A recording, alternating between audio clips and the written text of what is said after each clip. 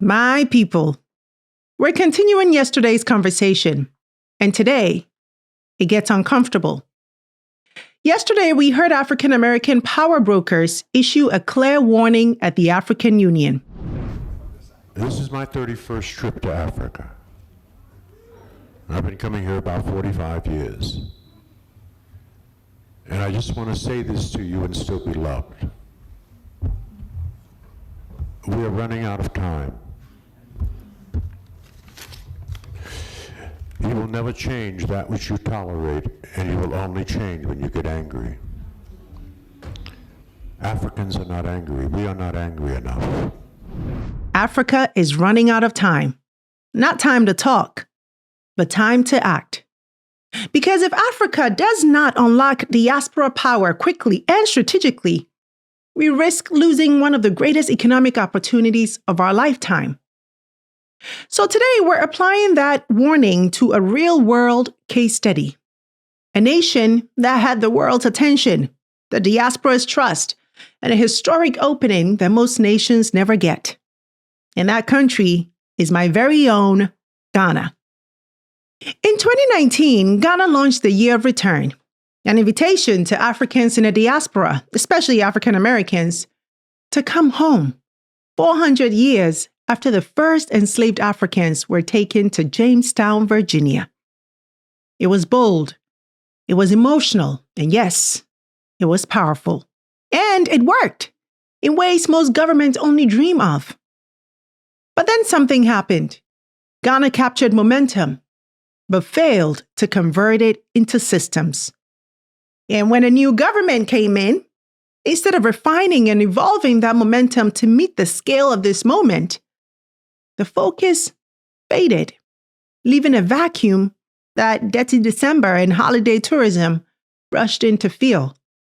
Not long-term investment, not institutional integration, not diaspora economic power. So today we're breaking it all down. What the Year of Return actually achieved, not in theory, but in practice. What it failed to institutionalize. Why the momentum wasn't sustained as a true diaspora economic strategy. And what Ghana must do now, not to relaunch a campaign, but to build a system with teeth. Because this is bigger than Ghana. This is about what happens when Africa confuses attention for transformation. This is The Breakdown.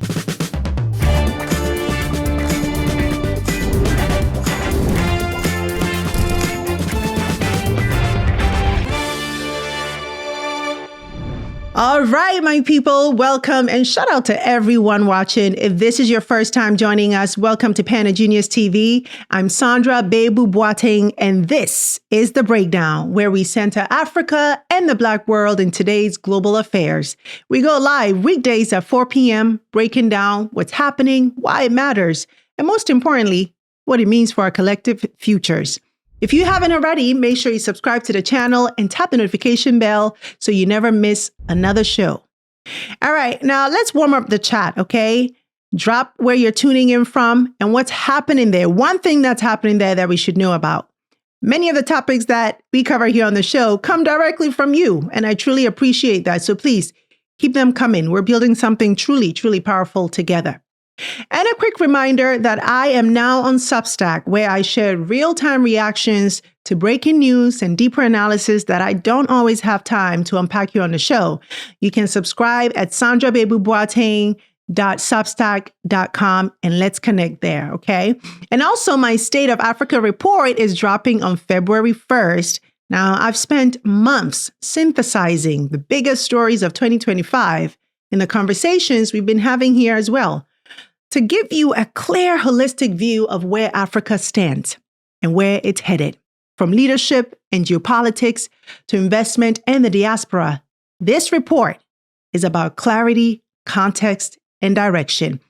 And we're not stopping there. We're going to be building on it with action-driven, members-only series, starting with my Invest in Africa 2026, where we are going to be breaking down opportunities, risks, and strategic moves in real time that you and I cannot afford to miss.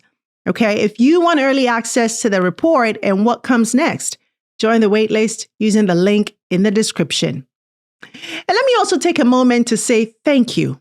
Thank you to this community, to our new members. Welcome. We're so glad you're here. And to everyone dropping super thanks and super chats, your support makes this work possible. You know, independent media matters today more than ever.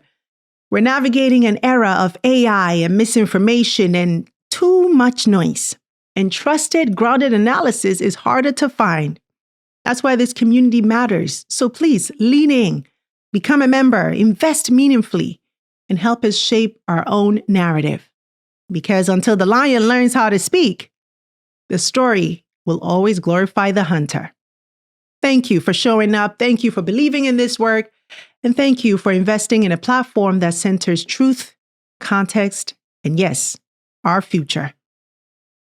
Now, before we get into today's breakdown, I recently had the opportunity to sit down with Dr. Craig Calton, a veteran nuclear engineer and former U.S. Air Force captain, for a powerful conversation on the threat of the growing STEM gap in the Black world. His warning is clear. This gap isn't about talent. It's about early access and tracking, which means you can do something about it. So he didn't just bring the warning, he brought solutions for parents, teachers, lawmakers, and everyone who cares about our future. Take a look at the trailer. 4 to 6% of the engineers that are graduating in the United States are categorized as Black or African American. 1.7% of the PhDs in engineering are being awarded to Black or African American students. Mathematics, 1.2% PhDs. And in terms of graduating with bachelor's degree in math and chemistry and physics, it's all well under 10%. This problem cannot be fixed by the time students are matriculating into college. It starts much earlier. It actually starts in middle school. That contradicts everything that we've been taught. How do we fix this problem? Parents can do a lot because I think the number one issue is awareness that this is happening, because this is not something that is widely discussed. However, I think other communities are, and they're advocating for their children. If I can personalize this, so I was tracked. I was not in Algebra 1 in 8th grade when I went through school. When I got to high school, I didn't realize this, nor did my parents, right? When I became aware that there was an issue is when a chemistry teacher of mine, who played a really important role in my life, knew that I wanted to major in engineering and strongly recommended that I take calculus my senior year. But then looking at the track that I was on, he said, whoa, you're not on that track because you need to take trigonometry pre-cal. What he recommended was that I go to a summer program in between my junior year and my senior year. I got pushback, but fortunately I had some incredible teachers who advocated for me. I was able to get into calculus. Tell ourselves is that not everyone is a STEM person. Is that true, or is that a story that we're just telling ourselves? I don't believe that that's true. Like I said, this is not an issue of intelligence. I don't think that in 8th grade that anybody would have picked me out to have gotten a PhD in nuclear engineering. I think some people think that, not a STEM person, that you have to be a science prodigy, be a math whiz, or they have all these preconceptions. I certainly can tell you that I was not, and I have worked with many engineers. I worked for big companies. I worked in government institutions. I worked in government labs. The vast majority of scientists, engineers weren't any of that either. They are just like you and me. It's preparation, not intelligence. So the full interview is linked in the description. Please watch it and share it widely, okay? It's a conversation that we must continue to have within our community. All right, now, let's dive into today's discussion. People from all over the world are flocking to Ghana as the country capitalizes on its Year of Return campaign. 2019 marked 400 years since the first documented slave ship landed in Virginia. Most enslaved Africans were forced to board vessels along Ghana's coast and sail to America. Over the past year, the country marked the anniversary by hosting cultural events and music festivals. Some of the world's biggest celebrities, influencers, And entrepreneurs made the journey. Now, Ghana is hoping to capitalize on the major tourism and economic boom. Our partners at the BBC spoke to 3 African Americans who either decided to move or visit the country. To me, there's no such thing as a black woman in Ghana. I'm a woman in Ghana. We are all black. Living in the US, all of the seats are taken, all the big brands are there. And where here, the cement is wet and you have an opportunity to create a seat at the table. So for me, coming back here, reuniting with my ancestors, makes me feel at home. It makes me feel that I'm a part of a culture that I never experienced. So to understand why Ghana's year of return mattered, and why its failure to evolve matters even more, we have to zoom out before we zoom in. Because the year of return did not emerge in a vacuum. It wasn't just a tourism campaign. It was a response to a global Black awakening. By 2018 and 2019, African Americans were grappling deeply with questions of belonging, safety, and legacy. Black Lives Matter was no longer a moment. It was a global reckoning.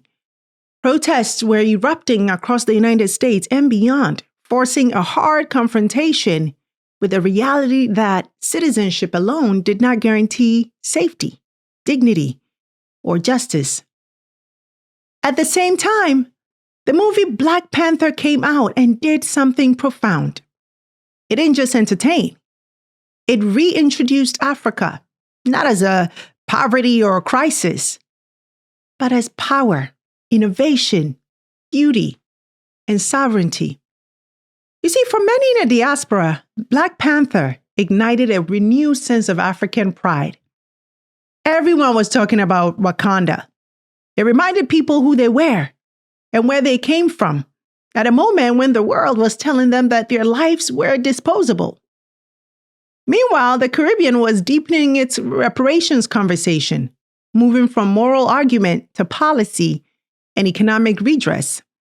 And Africa itself was being rediscovered, not as an abstract homeland or distant idea, but as a real place that people could return to, invest in, and build with. And then history converged. The world stepped into a profound moment, 400 years since the first enslaved Africans were taken to the Americas. This anniversary wasn't remembered as a footnote. It was reckoned with as a global moment of reflection, grief, and unfinished justice. And suddenly, Africa was in the spotlight in a way it hadn't been before. Not as a charity case, not as a crisis, but as a source of origin, meaning, and possibility. And in that moment, Ghana stepped forward with something powerful, an invitation. Come home. The year of return. And the truth is, the world was ready. Welcome to Ghana. They just made this for me today. Chocolate. He paid no measurements or nothing. He said he took to watch my show for years. And so he made me my caftan.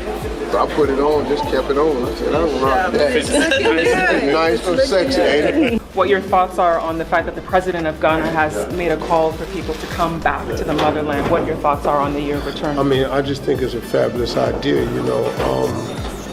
It was something I had planned on doing years ago. It's been on my vision board for years.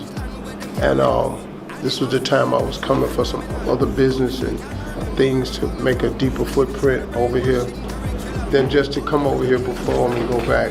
This is different for me, so we're gonna stay for a while. We got some things set up on the continent, so I just think it's a great call, though. I don't think people understand how it feels for a lot of African Americans to come home to a place you've never been.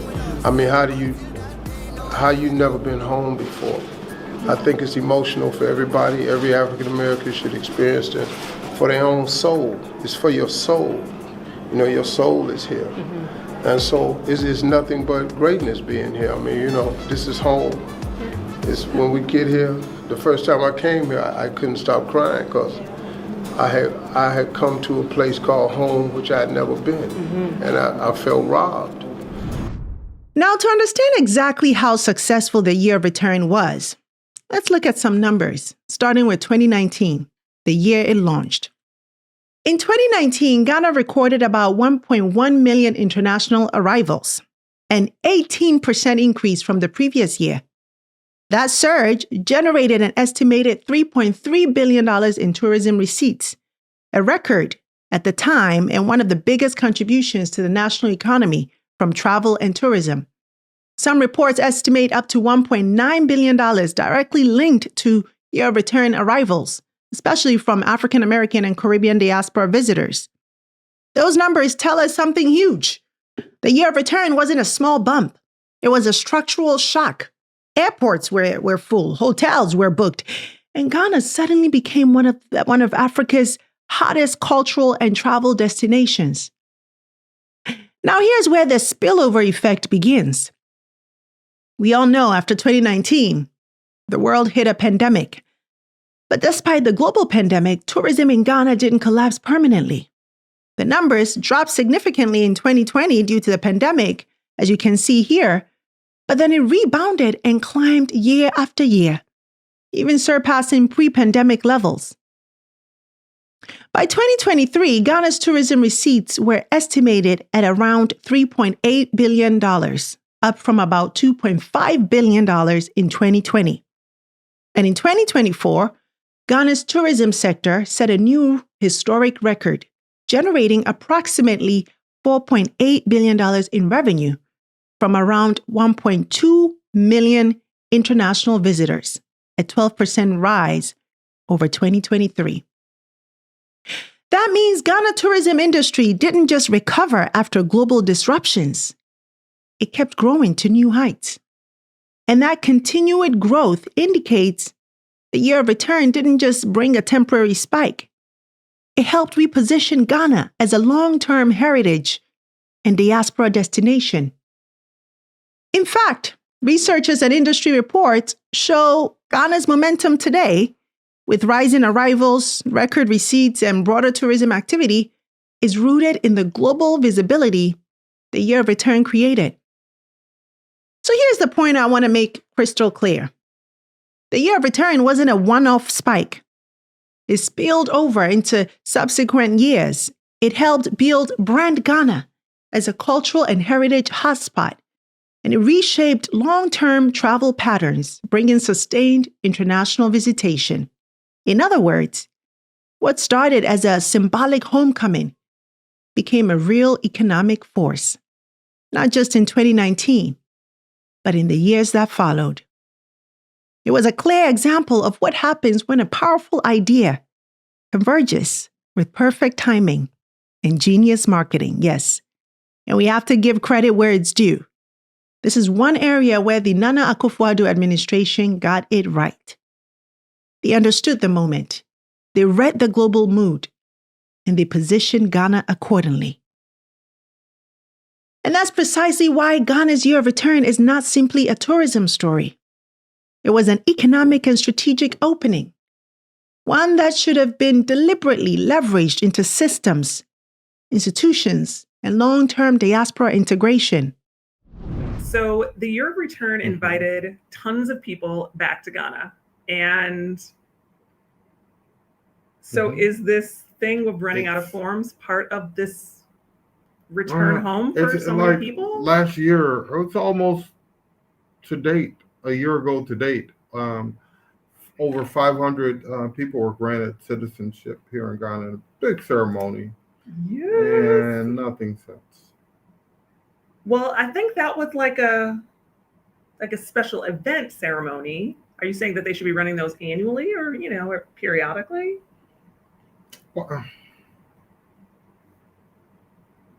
not everybody's coming in and filing at the same time. So, I mean, just process people out.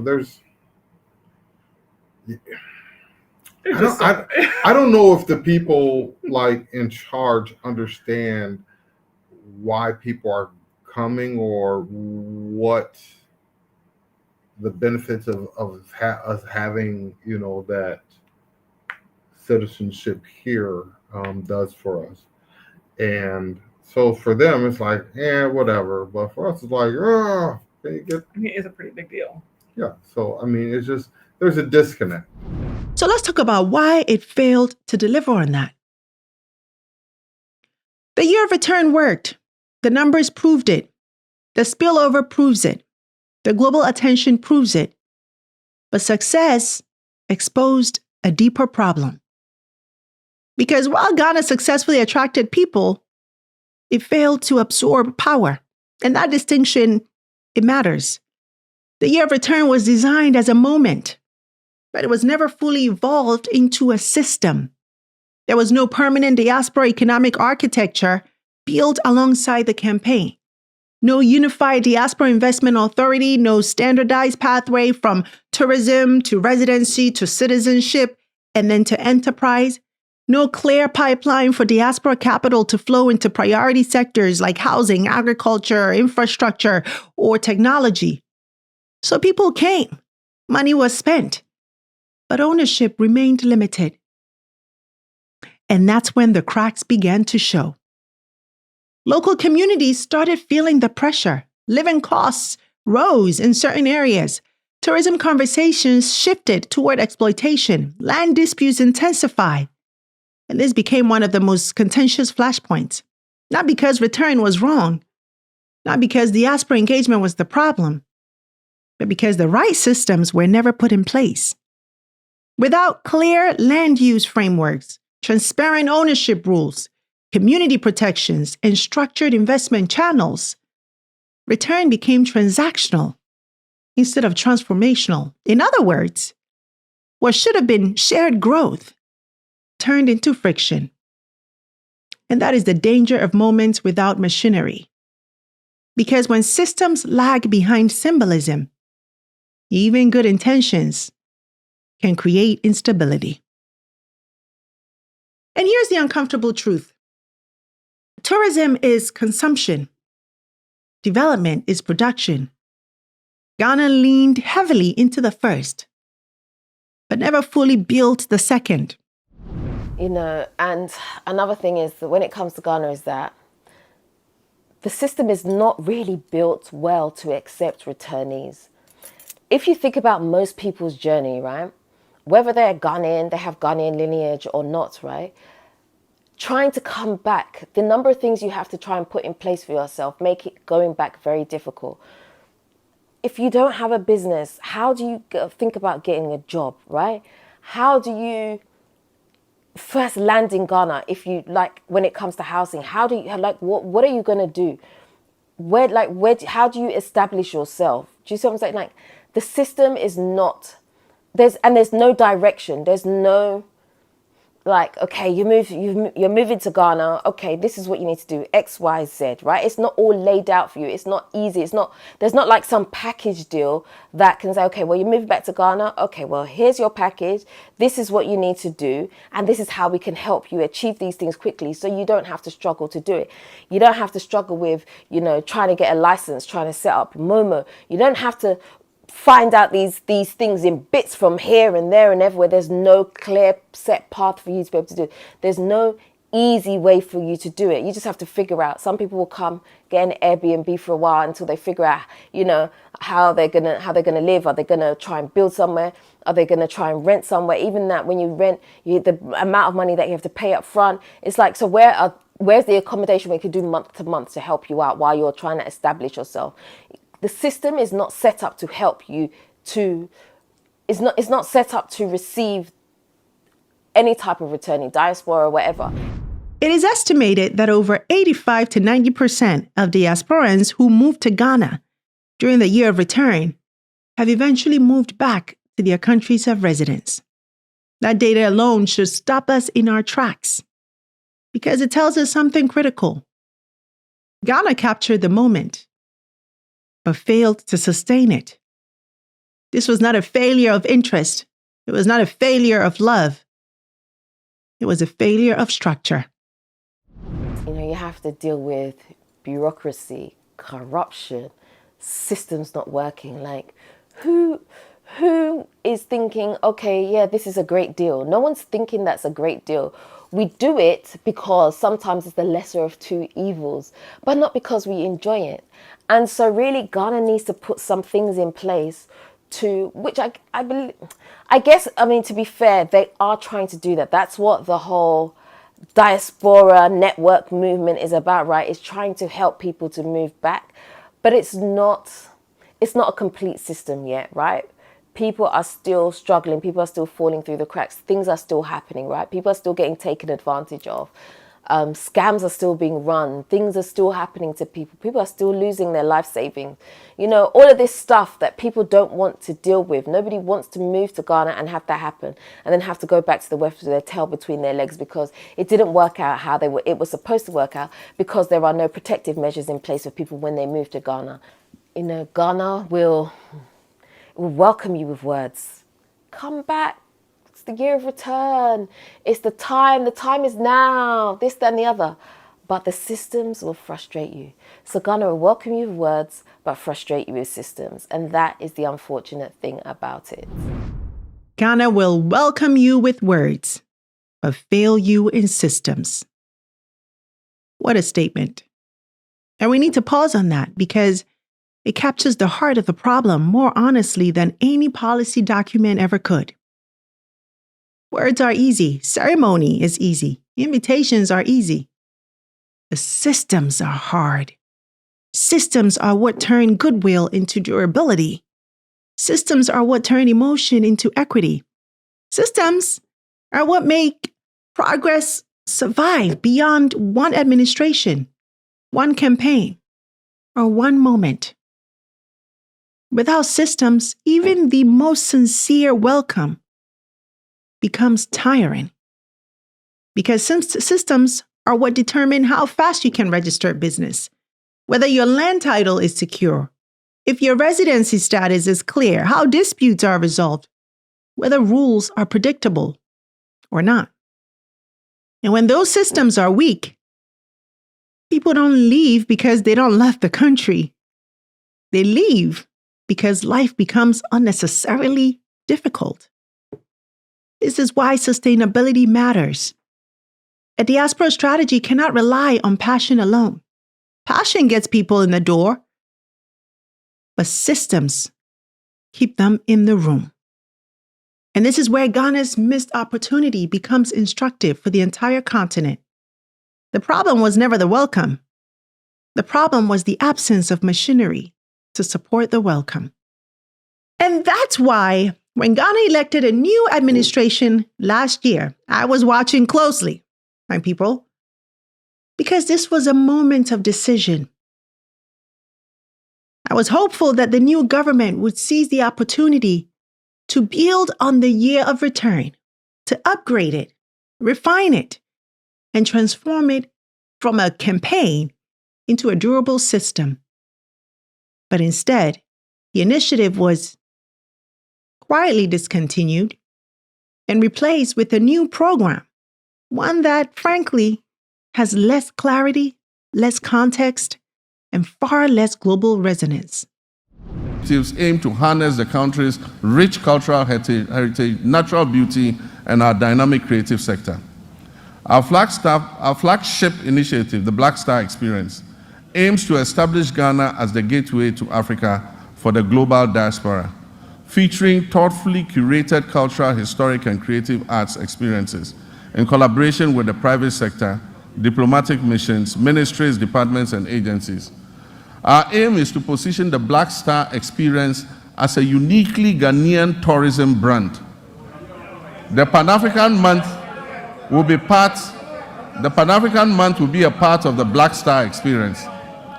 It will include street carnivals, a film week, a fashion festival, a food fair, theatrical and drama performances, concert party competitions, and monthly domestic tourism destinations. Now, let me be very clear and very fair, okay? I am proud of what President John Mahama and his administration have accomplished in a short period of time. I mean, Ghana's reset agenda is real exiting a $3 billion IMF program, moving to settle a $1.3 billion energy sector debt, nationalizing Ghana's gold resources, stabilizing the city, bringing inflation down, and so much more. I mean, this is serious governance. The administration is working and deserves applause. But here's the key point. Not everything needed a reset.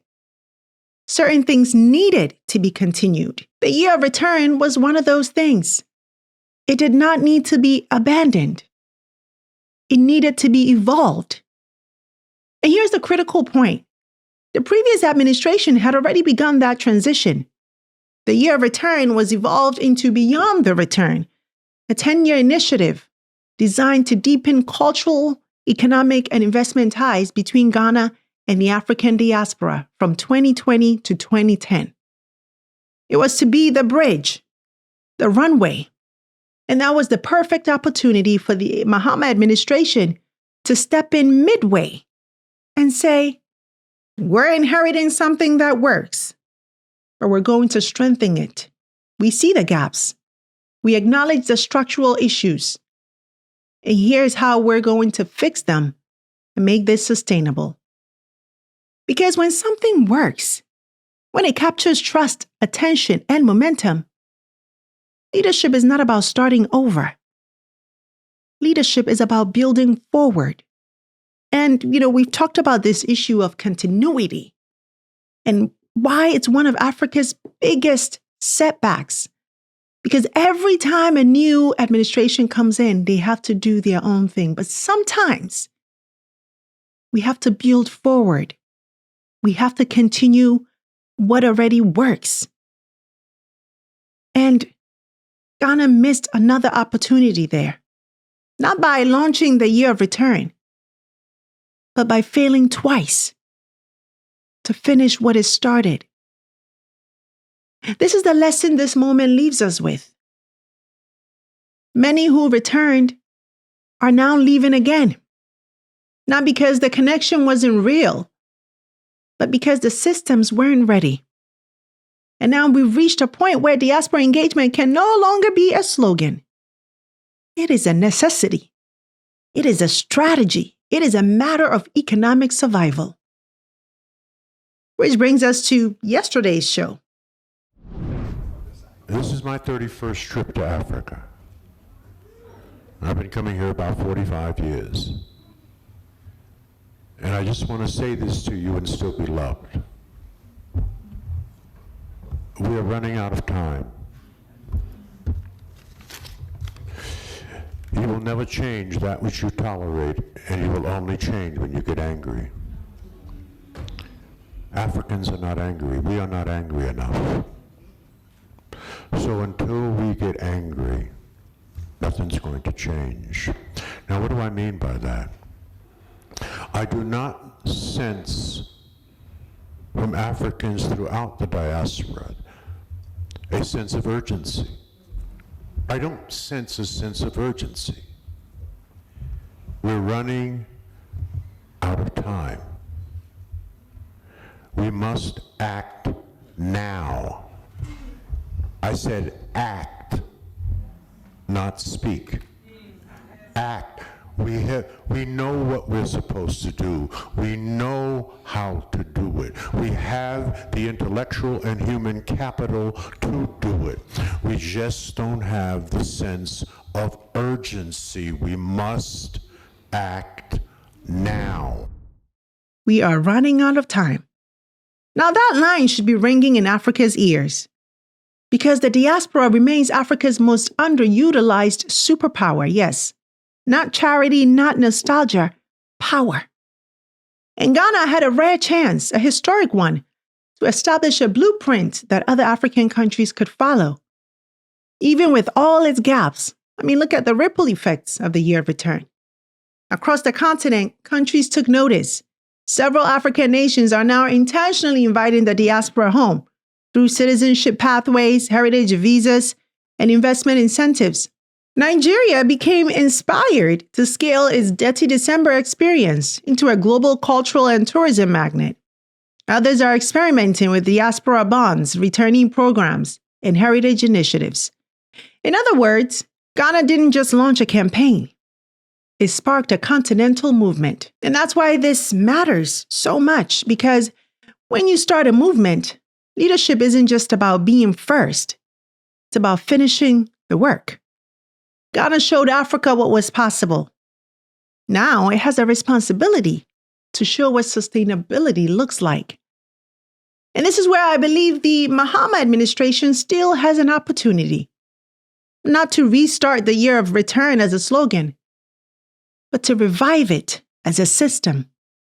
To take everything we've learned, the wins, the gaps, the friction, and build something more mature, more durable, and more economically grounded. So the real question isn't whether Ghana should re-engage the diaspora. That question has already been answered. The question now is, what does a second generation year of return actually look like? One that's built for action, not applause.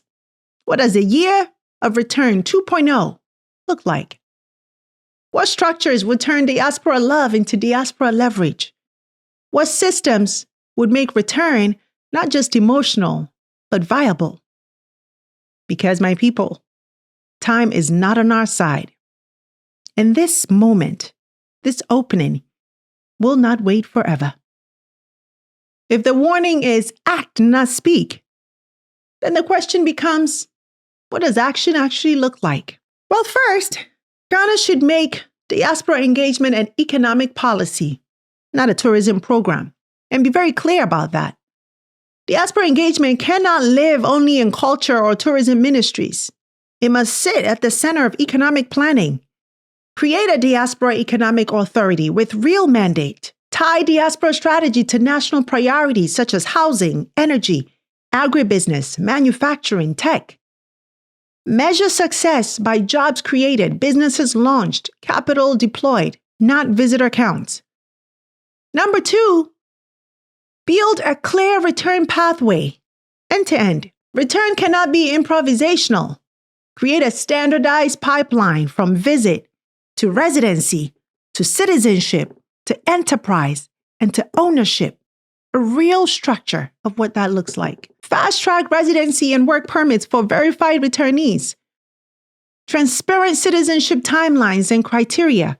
One-stop business registration and tax clarity, and that's an important one because I've heard so many complaints from people who move back and want to start a business and go through so much struggle and challenges just to get their business up and running. Predictable rules, not discretionary approvals. Clarity reduces friction, and friction drives people away. Number 3, we must fix the land and housing question once and for all. This was the pressure point.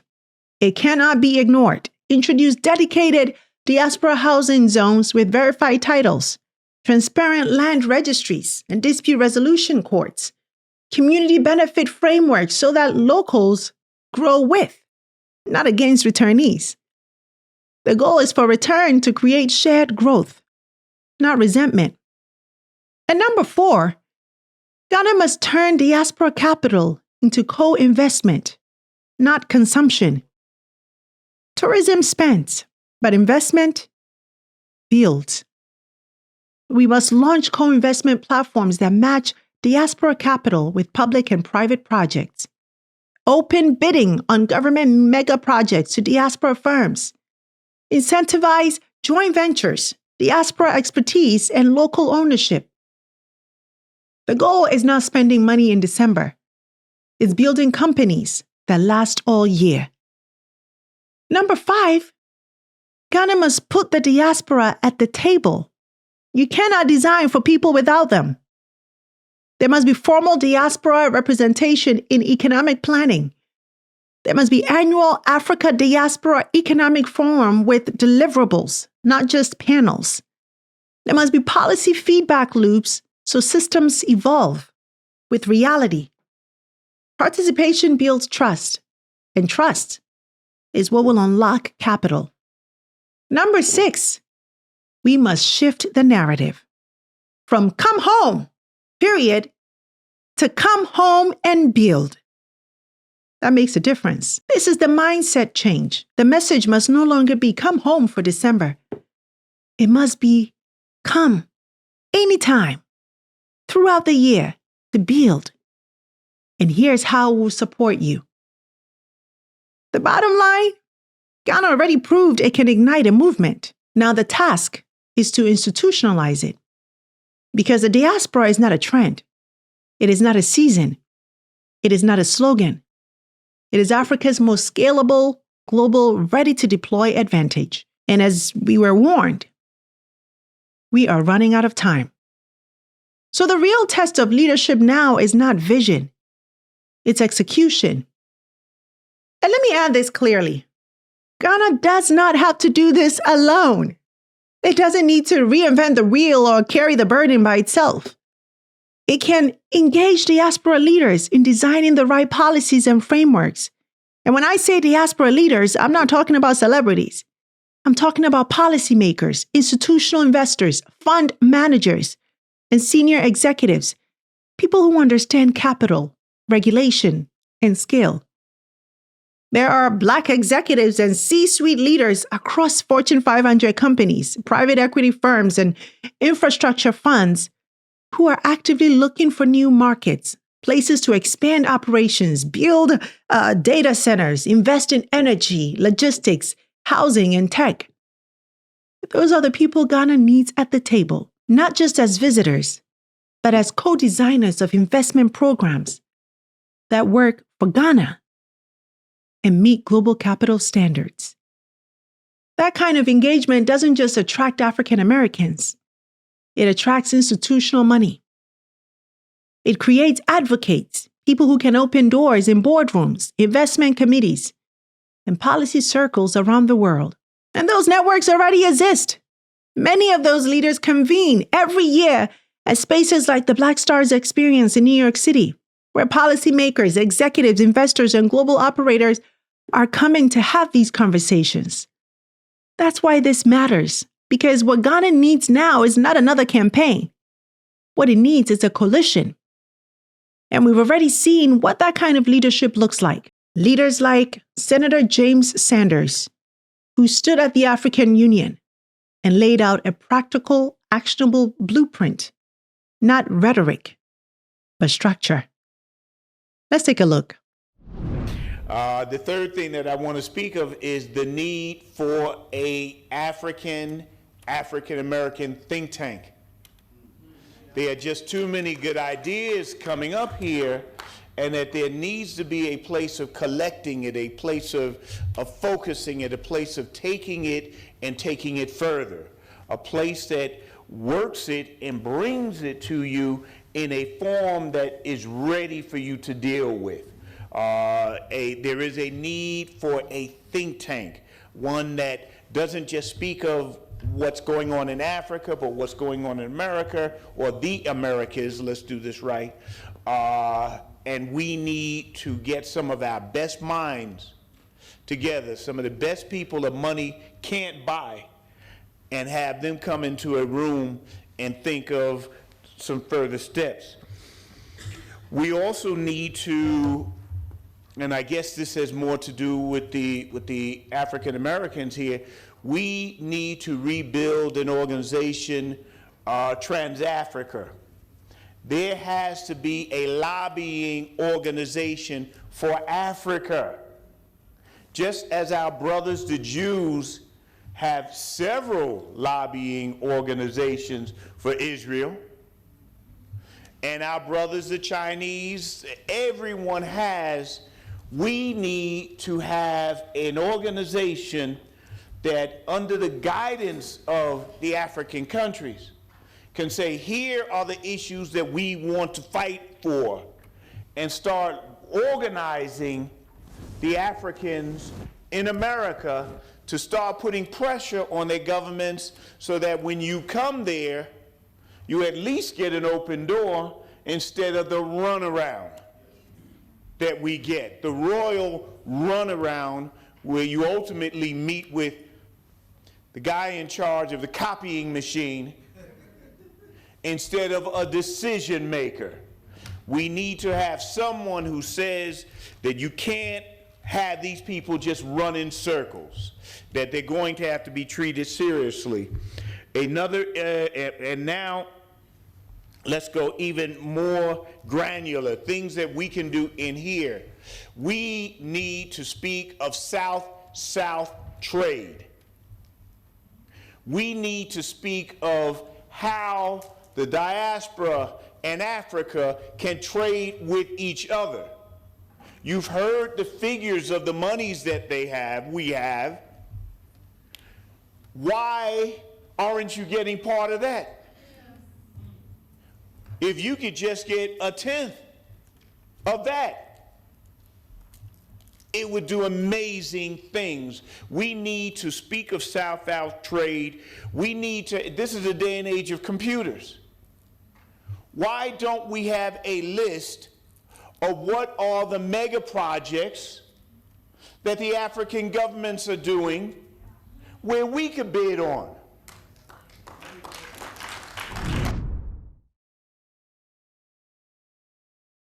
So what should Ghana do immediately? Ghana should establish a dedicated think tank to engage African American and diaspora leaders, not for speeches, but for policy design, investment strategy, and execution. Ghana should create a transparent national project repository, a live digital platform where priority government and private sector projects are listed, clearly scoped, and open for diaspora and international bidding. Two very low-hanging fruits that would be a game changer, dramatically shift how diaspora capital and expertise engage with the country. And President Mahama, if you are watching, call me. Not because I have all the answers, but because we have them. And by we, I mean the Ghanaian diaspora. We hold a unique advantage. We understand the African American experience, the global systems that move capital, policy, and power. And we're also very close to home. We know what works. We know what doesn't. And we know what this moment demands. And we know how to translate ideas into implementation. Ghanaians here in the United States are doing incredible things, mind-blowing things. Let's use them to develop our nation. This is not something that the government has to do alone. So call on us, partner with us, let us help shape and implement these strategies. And too many of us are tired of sitting on the sidelines, watching historic opportunities open, only to close just as quickly. Not because of lack of talent or goodwill, but because the systems were just never put in place. And let's also confront the truth. This is not the first time Africa has seen powerful calls for diaspora return that started strong and then failed. History has tried to warn us. Take Liberia. In the 19th century, freed African Americans were encouraged to return and build a Black republic. The idea was bold. The intention was noble. But the systems were flawed. Returnees were elevated above local populations. Institutions mirrored colonial hierarchies. Land and power were not shared equitably. The result? A return that produced division instead of healing, and instability that lasted generations. Or consider Marcus Garvey's Back to Africa movement. Garvey understood diaspora power before most leaders did. He mobilized millions emotionally. He built institutions like the UNIA and the Black Star Line. But without state backing, capital protections, and political cover, the movement collapsed under pressure. The vision wasn't wrong, but the infrastructure was missing. Even in places like Sierra Leone, founded as a return settlement for formerly enslaved Africans, early promise gave way to tensions when governance systems failed to integrate returnees and locals equitably. So the pattern is clear. Return fails when it is emotional, but not institutional, symbolic, but not systemic, welcoming in words, but weak in structure. And that's why this moment matters, because Africa cannot afford another half-finished return. And that's exactly why the warning we heard still stands. We are running out of time, which is why this time we have to act, not speak. All right, now it's time for audience reaction of the day. Okay, so today's audience reaction comes from Stephanie, who commented on my episode earlier this week about Megan and Jonathan Majors visiting Guinea and becoming citizens. Stephanie wrote, "I agree with you. 50% of our people were taken away. We're still the children of Mama Africa. Returning home is the key to our healing. I have returned several times. My ancestors rejoiced in my presence. I felt them say, 'We made it.'" Ooh, Stephanie, first of all, if you're watching, hello to you, and thank you for sharing something so personal and so powerful. I want to pause on what you said because it gets to the heart of this entire conversation. You reminded us that return is not just economic, it's not just political, and it's not just symbolic. For many people, return is spiritual. It's about closure. It's about reconnection. It's about ancestors who never got the chance to come back, finally being seen, acknowledged, and honored through us. And that feeling you described, we made it, that matters. But here's where we have to hold two truths at the same time. The meaning of return is deep for the diaspora, but too often the systems on the ground are not designed to receive that depth. And we've seen this. Sometimes it feels like governments and even communities back home don't fully grasp what return means to those coming back after centuries of separation. That gap between emotional return and institutional readiness is where the frustration sets in. And that's what the guy in a clip that I showed earlier, Tony Jones, was hinting at as well. Let's replay that clip for us, and then we'll break it down. I don't know if the people like in charge understand why people are coming or what the benefits of us having, that citizenship here does for us. And so for them, it's like, whatever. But for us, it's like, it's a pretty big deal. Yeah. That sentence is heavy. It's someone saying, this is deeper than policy for me. This is deeper than tourism. This is deeper than a visa or a passport. For many in the diaspora, return is not about convenience. It's about repair. It's about standing on land that your ancestors were forced to leave. It's about reconnecting to a lineage that was interrupted by violence and time. It's about healing wounds that never had the chance to close. So when return is met with bureaucracy, confusion, or indifference, it doesn't just feel inefficient, it feels dismissive. And to be fair, governments are trained to think in systems, not emotions. They think in terms of policy, revenue, borders, and regulations. But this is where the disconnect happens. Because when leaders don't fully grasp what return means to the diaspora, they underestimate the depth of commitment that people are bringing with them. They treat returnees like short-term visitors, where many are arriving with long-term intentions to stay, to build, to invest, and to belong. And that misunderstanding is costly. It leads to policies that are technically correct, but emotionally tone deaf. It creates systems that are functional, but not welcoming. And that's the gap we keep circling back to. Return is not just a movement of people. It's a movement of memory, identity, and unfinished history. And until that is understood at the highest levels, until systems are designed with that reality in mind, we will keep seeing this pattern. People arrive full of hope and leave carrying disappointment. That's not because return is the wrong idea. It's because it hasn't yet been met with the understanding it deserves. And that is the work still ahead of us.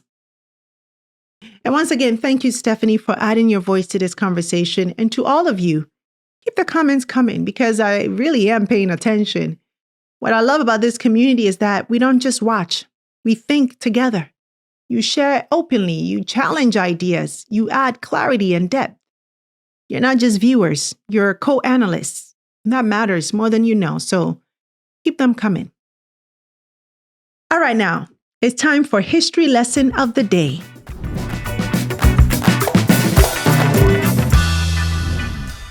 For today's history lesson, I want us to look at a diaspora engagement model that actually worked, not emotionally, but structurally. The Jewish diaspora.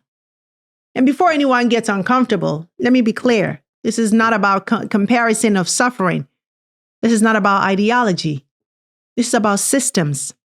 Because the Jewish diaspora understood something very early on. Return without structure does not last.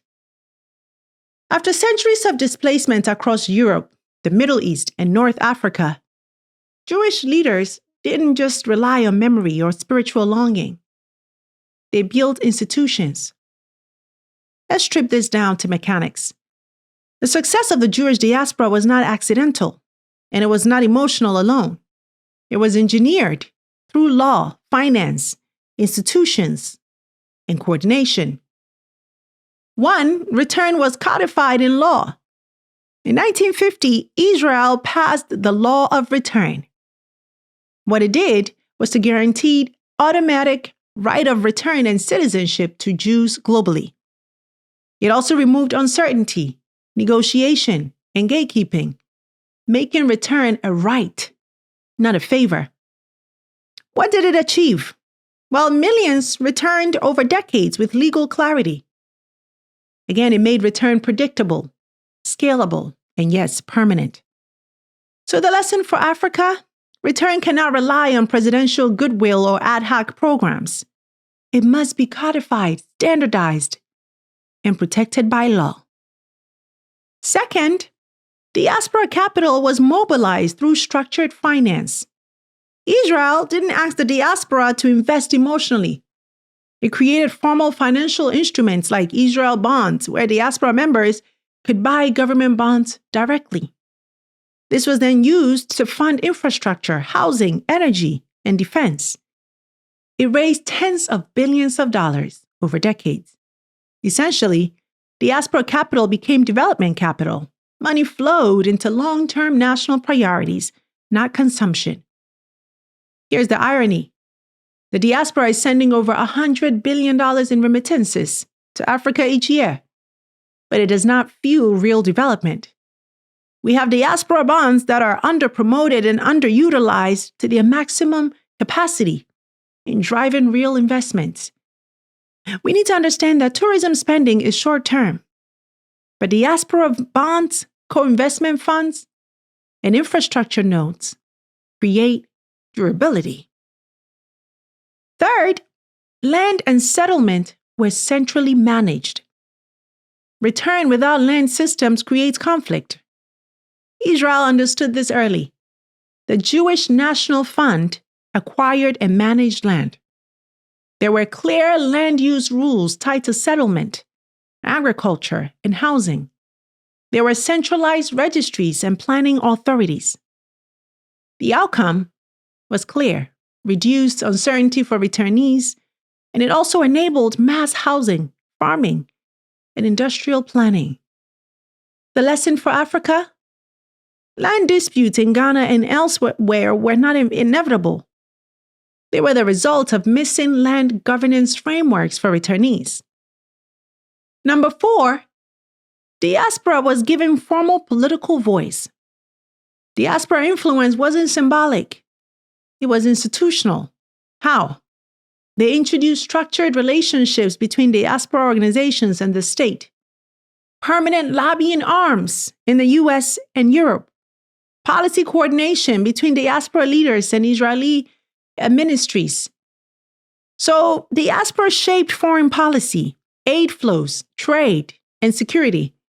Host governments treated Israel as a serious actor because its diaspora was organized. Diaspora engagement for Africa must do the same. It should include policy advisory councils, economic planning seats, and coordinated lobbying strategies abroad. Lastly, return was integrated into national strategy. Return wasn't handled by tourism boards. It was embedded across housing policy, labor markets, education systems, military and security, industrial planning. The outcome was clear. Returnees were absorbed into the economy. Skills matched national needs. Brain gain replaced brain drain. The lesson here is diaspora engagement must sit at the core of economic planning, not at the margins. So, my people, let's bring it all together. The biggest takeaway: the Jewish diaspora didn't succeed because they loved the homeland more than we love our homeland. They succeeded because they built systems that could absorb love, money, and people at scale. This is the lesson Ghana and Africa must internalize, because diaspora engagement only works when return is legally protected, when capital is structurally deployed, when land is transparently governed, and when power is institutionally shared. Anything less produces moments, and Africa does not need more moments. It needs machinery. So, my people, where do we go from here? What we've seen over the past 2 days is not a lack of vision. It's not a lack of love for Africa, and it's certainly not a lack of diaspora willingness. What we're confronting is a gap between moment and mandate. African American leaders went to the African Union with a warning, not to shame, not to scold, but to signal urgency. We are running out of time. Ghana's year of return proved what was possible. It proved the diaspora was ready. It proved global attention could be captured. It proved Africa could lead the narrative. But it also showed us the limits of symbolism without systems. People came. Money flowed. Hope surged. But without laws, institutions, investment pipelines, and land governance, momentum leaked. And when leadership changed, instead of building forward, the work stalled. History teaches us this clearly. Return only becomes power when it is engineered, not remembered, not celebrated, engineered. The Jewish diaspora showed us that return works when it is backed by law, capital structures, land systems, and shared political power. That's not ideology. That's design. And that's the choice Africa now faces, because diaspora engagement is no longer optional. It's no longer symbolic. It's no longer seasonal. It is strategic. Africa's diaspora remains its most underutilized superpower, and Ghana, despite its missteps, still has a chance to lead if it chooses to, not by restarting slogans, but by finishing the work, by turning invitation into infrastructure, emotion into execution, and return into shared prosperity.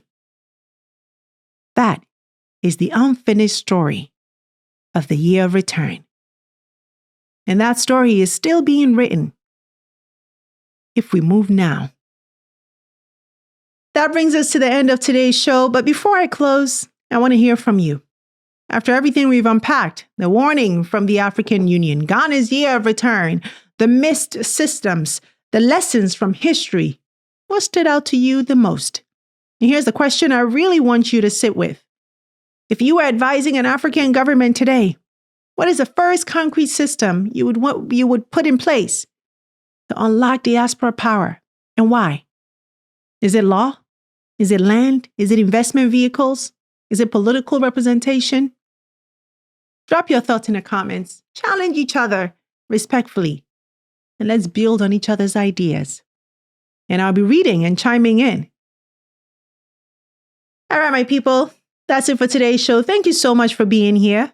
Thank you for thinking with me. Thank you for helping build this community of clarity, courage, and history. And if you found value in today's conversation, share this with at least 10 people and invite them to join us here live weekdays at 4 p.m. as we break it down together.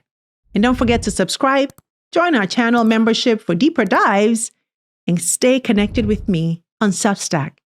I'm Sandra Babu-Boateng, and until next time, take care.